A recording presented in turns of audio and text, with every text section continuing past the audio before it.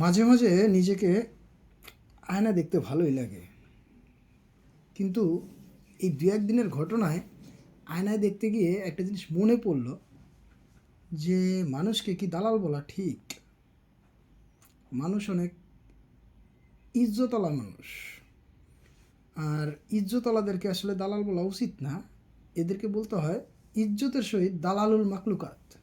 যেটা আমার মনে হইল, ইন্ডিয়া এত কিছু করার পরে যার মুখ খুললো না, সেই লোক কিনা হঠাৎ করে আইসা বিশ্বকাপ খেলতে যাবে না দেখে সে দালালি শুরু করলো।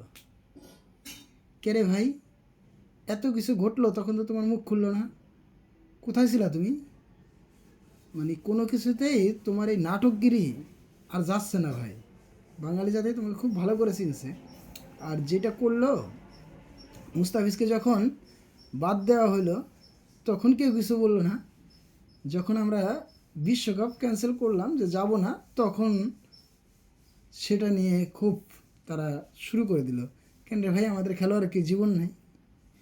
আমাদের সাংবাদিক, আমাদের সমর্থক গোষ্ঠী, এদের কি জীবনের কোনো মায়া নেই? একজন খেলোয়াড়ের নিরাপত্তা দিতে পারবে না তারা, আমার পুরো একটা দল যাবে সেটা নিয়ে তাদের কোনো মাথা ব্যথা নেই। ভাই, টাকা আগে নাকি আমাদের জীবন আগে? মান সম্মান আগে। দালালি ছাড়েন, সৎ পথে আসেন। দালালি অনেক করছেন জীবনে, আমরা ভুলি নাই।